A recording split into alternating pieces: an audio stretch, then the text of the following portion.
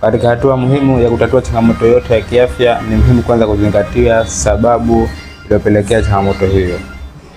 Vijue sababu za kutokea kwa upungufu wa nguvu za kiume kwako wewe. Sababu hizo, sababu ya mwisho ndio ya muhimu na ndio ya kuzingatia zaidi.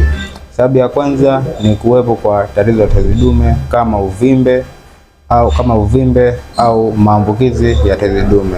Haya yanapelekea maumivu, matatizo ya mkojo au kupungua kwa mzunguko mzuri wa damu, ambao inapelekea changamoto wakati wa kushiriki tendo la ndoa. Sababu ya pili ni magonjwa sugu kama kisukari, presha, magonjwa ya ini na figo. Haya yanapelekea mwili kuwa na sumu nyingi ambazo zinaenda kuleta vikwazo katika mtiririko wa damu na mtu kutokuwa na uwezo mzuri wa kushiriki tendo la ndoa. Sababu ya tatu ni umri. Umri ukiwa mkubwa, kikawaida homoni ya kiume ya testosterone hupungua, kutokana na hasa ikiwa mtu katika mtindo wake wa maisha ni sio mtindo mzuri, kupelekea changamoto. Sababu ya mwisho ambayo watu wengi hupuuza ni sababu ya mtindo mbaya wa maisha.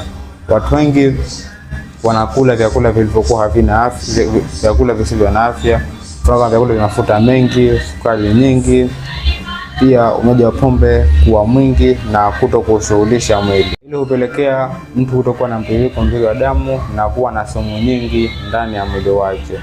Sababu hizo ni muhimu kuzingatia kabla ya kutoa changamoto yako hiyo ya kiafya. Ni mimi Abdulatif Wellness, mtaalamu na mshauri wa afya. Kwa ushauri, wasiliana nami ili kupata msaada wa hakika kuhusu changamoto yako hiyo. Asante.